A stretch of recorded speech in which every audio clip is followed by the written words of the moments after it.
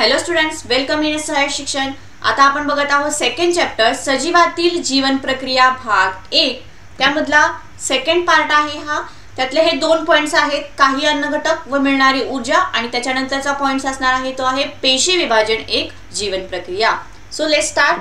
पहिला पॉइंट आपला कोणता आहे? विविध अन्न घटकांपासून मिळणारी ऊर्जा। अन्न घटक म्हणजे काय? आपण जे रोजचं जेवण जेवतो त्यामध्ये चपाती, भाजी, भाकरी, वेगवेगळ्या भाज्या असे जे पदार्थ आहेत हे म्हणजेच काय? अन्न घटक। जे अन्न पदार्थ आपण खातो त्याच्यापासून मिळणारी ऊर्जा, ह्याचे आपण थोडेफार एक्सप्लेन बघूया। हा पॉइंट अगदी सोपा आहे विद्यार्थ्यांनो। त्यामधला पॉइंट पहिला, प्रथिने। प्रथिने म्हणजे काय? अमिनो आम्लाचे अनेक रेणू एकमेकांना जोडून तयार झालेल्या महारेणूलाच प्रथिने असे म्हणतात। बघा, अमिनो ऍसिड्सची एक साखळीच आपण म्हणूयात, त्यालाच काय म्हणायचं तर प्रथिने असे म्हणायचं। तर याच्यामध्ये फर्स्ट क्लास प्रोटीन्स असं सुद्धा हा एक पॉइंट आहे। तर हा फर्स्ट क्लास प्रोटीन म्हणजे काय? तर जे प्रोटीन्स आपल्याला प्राणिज पदार्थांच्या पासून मिळतात।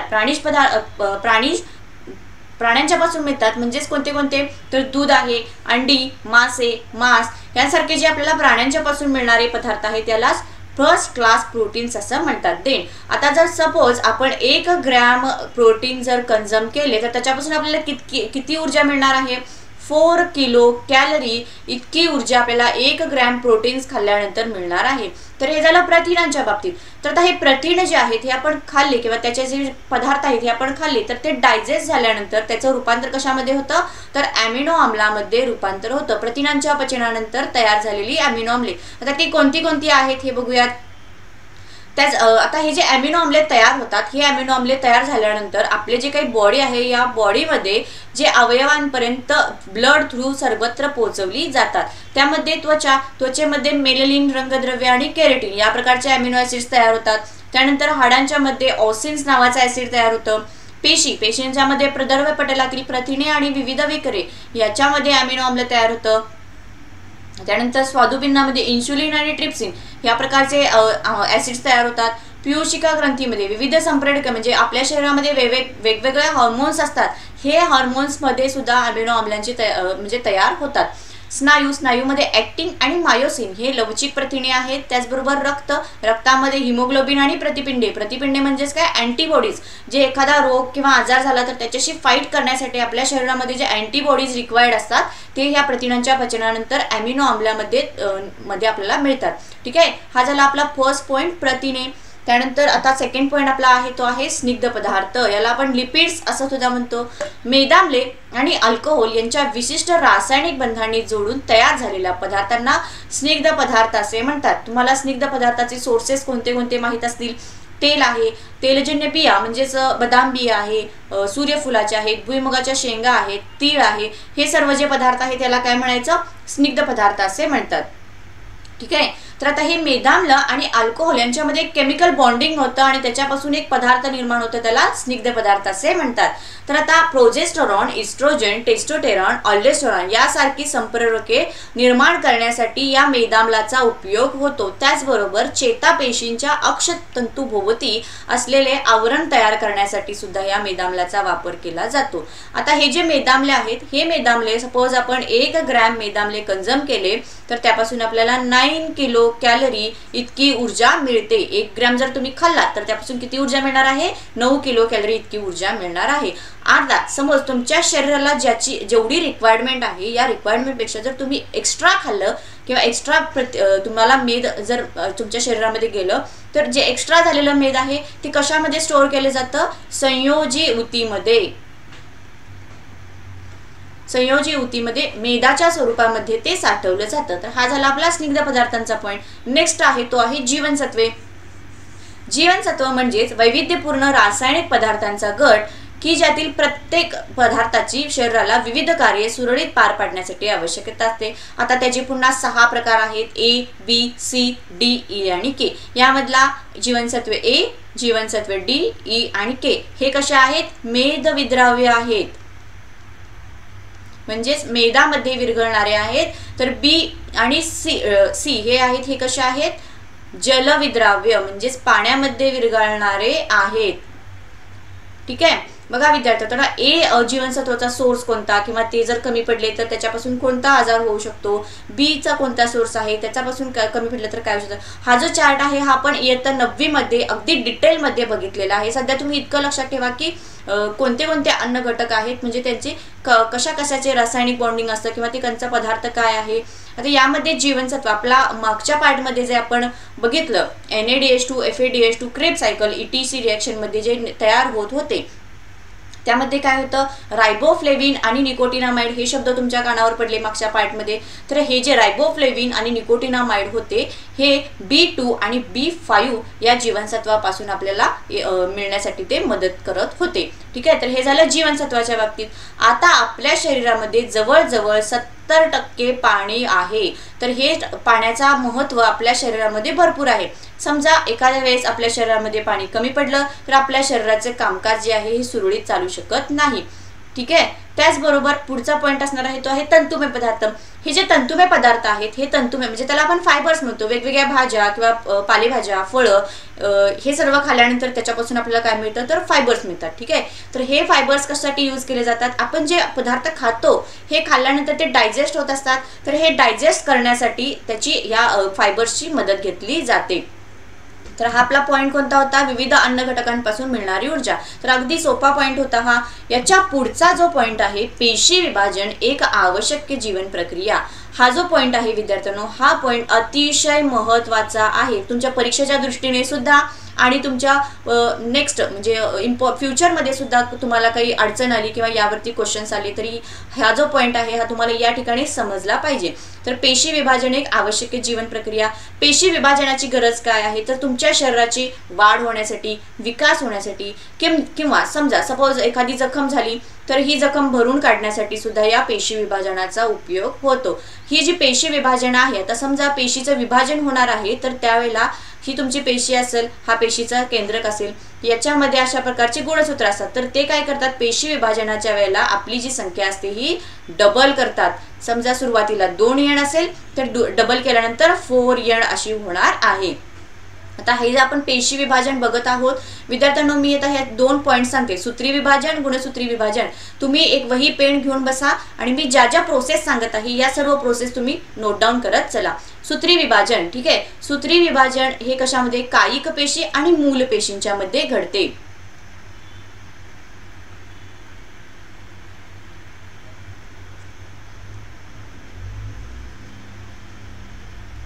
ठीक आहे आणि अर्धगुणसूत्री विभाजन हे जनन पेशींच्या मध्ये घडते. म्हणजेच रिप्रोडक्टिव्ह जे काही ऑर्गन्स आहेत पुरुषांच्या मध्ये टेस्टिस असतात स्त्रियांच्या मध्ये ओव्हेरीज असतात. तर याच्यामध्ये जे आपले रिप्रोडक्टिव्ह ऑर्गन्स असतात या रिप्रोडक्टिव्ह ऑर्गन्स मध्ये जे सेल्स यूज केले असतात त्याला आपण जनन पेशी असं म्हणतो.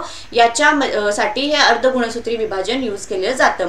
कायिक पेशी किंवा मूल पेशी कशामध्ये असतात तर आपल्या बॉडीमध्ये जे ऑर्गन्स आहेत वेगवेगळे हार्ट आहे लंग्स आहे ब्रेन आहे यासाठी ज्या पेशी वापरल्या गेल्या आहेत या पेशी म्हणजेच कायिक पेशी आणि मूल पेशी असं आहे. तर पहिला आपण बघूयात तो आहे सूत्री विभाजन.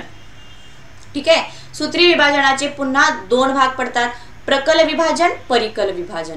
प्रकल विभाजन म्हणजे काय तर केंद्रकाचे आपल्याला विभाजन करायचे आहे.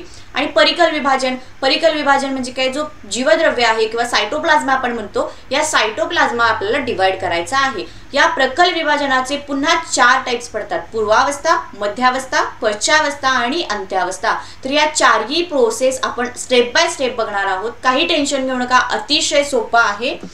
त्यामध्ये त्याच्या पूर्वी एक आपण शॉर्ट असा प्रिव्ह्यू बघूया सेलचा. या ठिकाणी हे मी तुम्हाला पेशी दाखवलेली आहे बघा.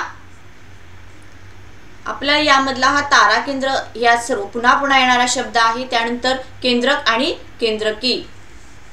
ठीक आहे तर तुम्ही हे जे आहे स्लाइड्स व्यवस्थित बघून घ्या.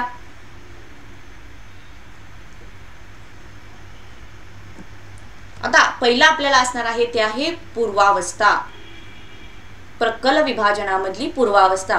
सुरुवातीला अत्यंत नाजूक धाग्यासारखा असलेला प्रत्येक गुणसूत्राचे वलीभवन होते। नाजूक धाग्यासारखा म्हणजे हा जर आपला पेशी असेल तर या पेशीमध्ये हा पेशीचा केंद्रक आहे, त्याच्यामध्ये आपले गुणसूत्र असतात, तर हे गुणसूत्र अगदी कसेही असे विस्कटलेले असतात, म्हणजे एखादा दोऱ्याचं रीळ कसं आपलं विस्कटलेलं असतं तर त्याच्याप्रमाणे ते हे सर्व धागे विस्कटलेले दिसतात। मग हे अशा धागे सुरुवातीला काय होतं, या प्रत्येक गुणसूत्रांचे वलीभवन सुरू होतं। वलीभवन म्हणजे काय, ते गुंडळायला कंडेन्स व्हायला सुरू होतात। आता समजा आपला हा दोरा आहे आणि दोऱ्याचं असं कसेही विस्कटलेले आहेत, शेवटी त्याचं कंडेन्शन किंवा वलीभवन केल्यानंतर आपल्याला एक छानसं असं रीळ मिळतं, ठीक आहे, म्हणजेच काय, याला गुणसूत्रांचे वलीभवन। हे आता या ठिकाणी काय होणार आहे, आपलं गुणसूत्रांचं वलीभवन ते कंडेन्स होणार आहे, ते आखूड व जाड होऊन त्यांच्या अर्ध गुणसूत्र जोडी सहित दृश्य व्हायला सुरू होतात।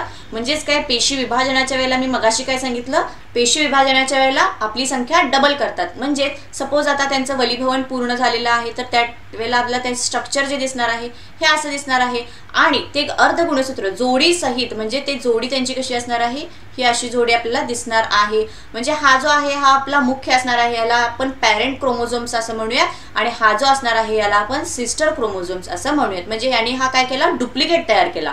त्यानंतर तारा केंद्र द्विगुणित होतं व प्रत्येक तारा केंद्र पेशीच्या विरुद्ध ध्रुवांना जातो। तारा केंद्र मगाशी मी दाखवला तुम्हाला अशा प्रकारचा, त्याला इंग्लिशमध्ये सेंट्रोइड्स असं म्हणतात। हा जो तारा केंद्र आहे हा सुद्धा आपला एक डुप्लिकेट तयार करतो आणि ते अपोजिट पोल्सला जाऊन पोहोचतात। केंद्रकावरण आणि केंद्रिका नाहीसे व्हायला सुरुवात होते, म्हणजेच हे आपलं केंद्रकावरण आहे, आतमध्ये केंद्रिका आहे, तर हे सर्व काय होतं, हळूहळू आपल्याला डिसअपियर व्हायला सुरू होतं। हे झालं, ह्या ज्या प्रोसेस आहेत त्या कशामध्ये घडतात, पूर्वावस्थामध्ये घडतात। पुढची प्रोसेस आहे ती आपली आहे मध्यावस्था। मध्यावस्थामध्ये काय होतं, मागच्या फेज मध्ये काय होतं, तर आपलं जे केंद्रक आवरण होते ते हळूहळू नाहीसे होत होतं, पण आता या फेज मध्ये हे जे केंद्रक आवरण आहे हे पूर्णपणे कम्प्लिटली वॅनिश होतं। सर्व गुणसूत्रांचे घनीकरण पूर्ण होऊन प्रत्येक गुणसूत्र त्याच्या अर्ध गुणसूत्र जोडी सहित स्पष्टपणे दिसतात। मागच्या प्रोसेसमध्ये काय होत होतं, गुणसूत्रांचं वलयीभवन जे होत होतं म्हणजे ते कंडेन्स होतं, ते ह्या फेजमध्ये ते पूर्णपणे होतं, आणि त्यांचे जे सिस्टर क्रोमाइड्स मगाशी मी तुम्हाला या ठिकाणी दाखवलं बघा, हा त्यांचा पॅरेट क्रोमाइड्स म्हणला आणि हा पण सिस्टर म्हणजे डुप्लिकेट, तर हे त्यांच्या अशा सिस्टर क्रोमाइड्स सकट ते आपल्याला स्पष्टपणे दिसू लागतात। सर्व गुणसूत्र पेशीच्या विषुववृत्तीय प्रतलाला समांतर अवस्थेत संरचित होतात। आता ही आपली पेशी आहे, या ठिकाणी हे आपली गुणसूत्र दिसत आहेत, तर हे कसे आलेले आहेत बघा, विषुववृत्तीय प्रतलाला समांतर अवस्थेमध्ये आलेले आहेत। त्यानंतर दोन्ही ताराकेंद्र आणि प्रत्येक गुणसूत्राचा गुणसूत्र बिंदू या दरम्यान विशिष्ट अशा लवचिक प्रतिमांचे धागे तयार होतात, त्यालाच काय म्हणलेले आहे आपण, तूर्कतंतू, ठीक आहे। तर बघा या ठिकाणी हा आहे ताराकेंद्र, याचा हा डुप्लिकेट झालेला आहे, तर हे जे तुम्हाला धागे दिसत आहेत हे धागेच म्हणजे काय आहेत, हे तूर्कतंतू आहेत। हे कसे झालेले आहेत, ताराकेंद्र आणि गुणसूत्राचा गुणसूत्र बिंदू म्हणजे याचा हा मधला जो आहे याला गुणसूत्र बिंदू म्हणलेला आहे, तर याच्या मधून हे असे लवचिक धागे तयार होतात, त्याला तूर्कतंतू म्हणतात। तर ही प्रोसेस कुठे घडते, या मध्यावस्थामध्ये घडते, ठीक आहे। त्यानंतर आता पुढे आहे पश्चावस्था। पश्चावस्थामध्ये काय घडते, आता हे आपले तूर्कतंतू तर तयार झालेले आहेत, या धाग्यांच्या मदतीने गुणसूत्र बिंदूचे विभाजन होऊन प्रत्येक गुणसूत्राची अर्ध गुणसूत्र जोडी वेगळी होऊन विरुद्ध दिशेला ओढली जाते। हा आपला ताराकेंद्र आहे, हे जे दिसतात तुम्हाला हे काय आहे, तूर्कतंतू आहे। तर ह्या तूर्कतंतूंच्या मदतीने आपला मगाशी कसा होता, अशा प्रकारे आपला गुणसूत्र आपल्याला दिसत होता, ठीक आहे। तर हा जो गुणसूत्र बिंदू होता, ह्या गुणसूत्र बिंदूचे विभाजन होतं, हे काय करतात, एकमेकाला विरुद्ध दिशेला खेचले जातात, त्यामुळे हा पार्ट इकडे जातो, हा पार्ट इकडे जातो, ठीक आहे। त्यामुळे आपल्याला बघा इकडे सिंगल सिंगल दिसत आहेत क्रोमाइड्स असे, हे आता हे जे क्रोमाइड्स तुम्हाला सिंगल सिंगल दिसत आहे त्याचा जवळपास आकार कसा आहे, केळीच्या एका संचाच्या किंवा बंचच्या नुसार आहे। आता हे जे वेगवेगळे गुणसूत्र निर्माण झालेले आहे त्याला काय म्हणलेलं आहे, जन्य गुणसूत्र किंवा त्याला डॉटर सेल्स असं म्हटलेलं आहे, ठीक आहे। बघा पश्चावस्थेमध्ये काय होतं, हे जे तूर्कतंतू तयार झाले मागच्या अवस्थेमध्ये, या तूर्कतंतूंच्या सहाय्याने गुणसूत्र बिंदूचे विभाजन केले, त्यांनी ते जे दोन क्रोमाइड्स होते, पॅरेंट क्रोमाइड्स सिस्टर क्रोमाइड्स, या दोन गुणसूत्रांना काय केलं, वेगळं अपोजिट डायरेक्शनला खेचलं गेलं, त्यामुळे त्याच्यापासून वेगवेगळे गुणसूत्र निर्माण झाले, त्याला जन्य गुणसूत्र असं म्हटलेलं आहे। पुढचा आहे ती आहे अंत्यावस्था। अंत्यावस्थामध्ये काय होतं, या पेशीच्या दोन्ही टोकांना पोहोचलेली गुणसूत्रे उलगडतात, त्यामुळे ती पुन्हा नाजूक धाग्यासारखी पातळ होऊन दिसेनाशी होतात। म्हणजे पहिल्या फेजमध्ये काय होतं, अगदी नाजूक पातळ धाग्यासारखे होते, ते काय करत होते, एकमेकांना गुंडाळून एका विशिष्ट शेपमध्ये होत होते. आता या ठिकाणी पुन्हा काय होतं, जे कंडेन्स झालेले होते म्हणजे एकमेकाला वलीभवन झाले होते ते पुन्हा डिकंडेन्स होतात, म्हणजे पुन्हा ते पातळ धाग्यासारखे निर्माण व्हायला सुरू होतात. दोन्ही टोकांना पोचलेल्या गुणसूत्रांच्या संचाच्या भोवती केंद्रक आवरण तयार व्हायला सुरू होतं. अशा तऱ्हेने पेशीमध्ये 2 जन्य केंद्रके तयार होतात. जन्य केंद्रकेमध्ये सुद्धा केंद्रिका दिसू लागते आणि तुर्कतंतू पूर्णपणे नाहीसे होतात. बघा या ठिकाणी हे वेगळे क्रोमोझोम्स आहेत, या ठिकाणी हे वेगळे झालेले आहेत. तर याच्या हळूहळू कडेने आपल्याला केंद्रकावरण तयार होताना दिसत आहे, इथे सुद्धा केंद्रकावरण तयार होताना दिसत आहे. त्यानंतर हे जे तुर्कतंतू होते हे हळूहळू आपल्याला नाहीशी होताना दिसत आहेत. आतमध्ये आपल्याला केंद्रिका सुद्धा तयार होताना दिसत आहेत. म्हणजे काय झालं, हे जे 2 जन्य पेशी होत्या, ह्या जन्य पेशी आता वेगवेगळ्या झालेल्या आहेत, म्हणजेच हळूहळू आपली पेशी विभाजनाची प्रोसेस संपत आलेली आहे. तर आता या ठिकाणी आपला हा ज्या 4 स्टेप्स होत्या, या 4 स्टेप्स या छोट्या एका स्लाइड्स मध्ये मी तुम्हाला पुन्हा समजावून सांगते. इंटरफेज मध्ये काय होतं, जे आपले ताराकेंद्र होते ते हा एक डुप्लिकेट त्याने तयार केला. त्याच्यानंतर हे आपले जे गुणसूत्र होते हे अशा प्रकारे कसे धाग्याप्रमाणे विस्कटलेले होते, हे एका विशिष्ट शेपमध्ये अशा प्रकारच्या शेपमध्ये आले, हे या शेपमध्ये आले. हा जो याच्यामधला हा जो आहे हा आपला पॅरेंट आहे आणि हा सिस्टर क्रोमॅट्स आहे, हा पॅरेंट क्रोमॅट. ठीक आहे, त्याने म्हणजेच काय केलं, आपलं डुप्लिकेट तयार केलं. जे हे ताराकेंद्र होते हे आता अपोजिट डायरेक्शनला येतात. त्यानंतर काय होतं, प्रोमेटाफेज मध्ये काय होतं, ताराकेंद्र आणि गुणसूत्राचा हा जो गुणसूत्र बिंदू आहे याच्यामधून काय होतात, तुर्कतंतू तयार व्हायला सुरू होतात हळूहळू. त्याचबरोबर जो न्यूक्लिअर मेम्ब्रेन आहे हा डिसअपियर व्हायला सुरू होतो, त्याला आपण केंद्रक आवरण असं म्हणूयात, हा डिसअपियर व्हायला सुरू होतो. मेटाफेज मध्ये जो केंद्रक आवरण आहे हा पूर्णपणे नाहीसा झालेला दिसत आहे. त्यानंतर जी गुणसूत्र आहेत ही गुणसूत्र आपल्याला कशा प्रकारे दिसत आहेत बघा, विषुववृत्तीय प्रतलाला ते पॅरलल असे अरेंज झालेले आहेत, त्यांच्यामधून हे तुर्कतंतू गेलेले सुद्धा दिसत आहेत. ही झाली मेटाफेज म्हणजेच मध्यावस्था.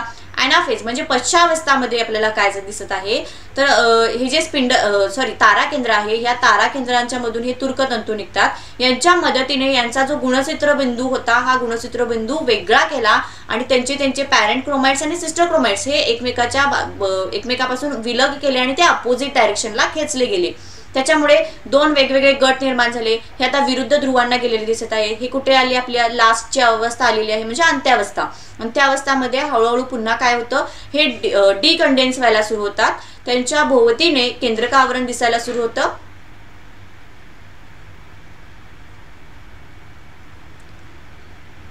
केंद्रक आवरण दिसायला सुरू होतं आणि केंद्रक सुद्धा दिसू लागतो. तर ही झाली आपली सूत्री विभाजनाची प्रोसेस.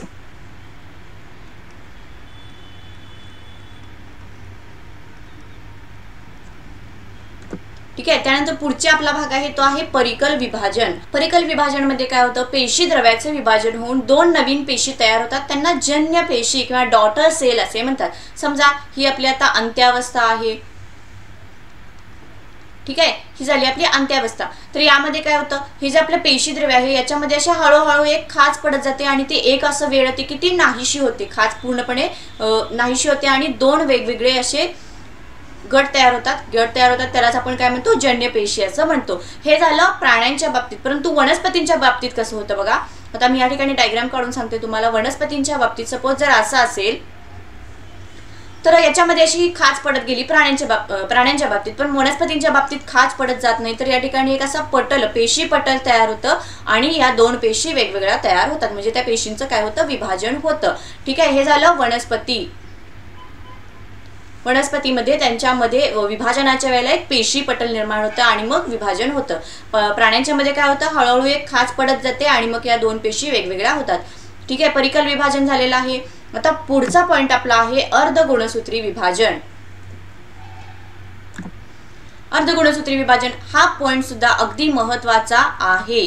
त्यामध्ये 2 भाग आहेत, भाग 1 भाग 2. थोडासा किचकट जरी असला तरी तुम्हाला मी इझी करून सांगणार आहे, त्यामुळे तुम्ही काही टेन्शन घेऊ नका. त्यामधला पहिला आहे अर्धगुणसूत्री विभाजन भाग 1. भाग 1 मध्ये सजातीय गुणसूत्रांमध्ये जनुकीय विचरण किंवा जनुकीय पुनर्संयोग होतं आणि नंतर ती सजातीय गुणसूत्रे 2 संख्यांमध्ये विभागली जाऊन 2 एकगुणी पेशी तयार होतात. आता या सगळ्याचा अर्थ काय आहे हे आपण या स्लाइड्स थ्रू बघूयात.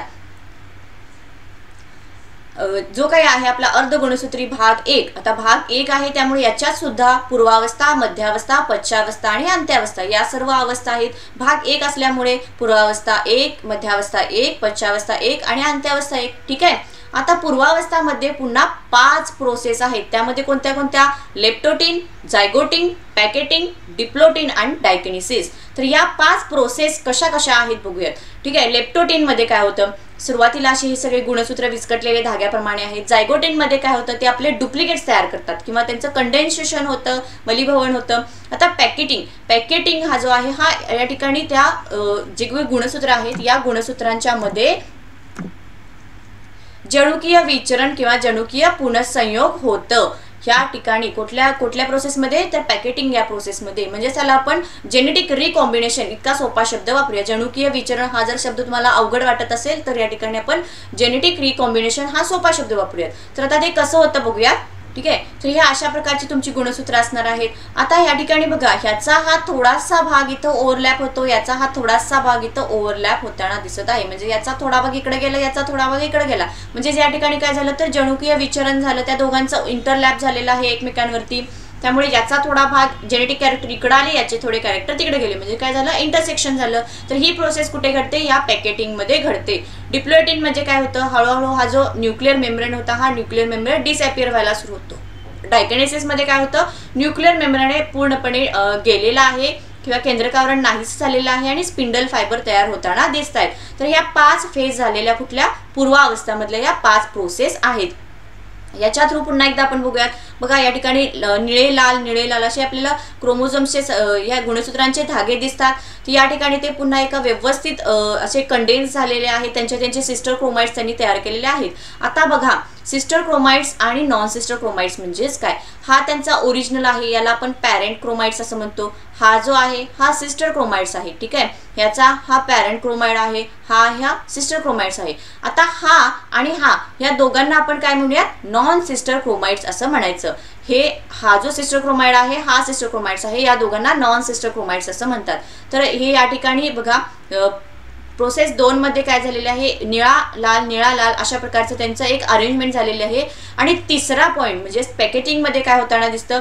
थोडासा भाग हा इंटरचेंज झालेला आहे किंवा ओव्हरलॅप झालेला आहे, रिकॉम्बिनेशन झालेला आहे. म्हणजेच काय तर जनुकीय विचरण त्यांच्यामध्ये झालेलं आहे.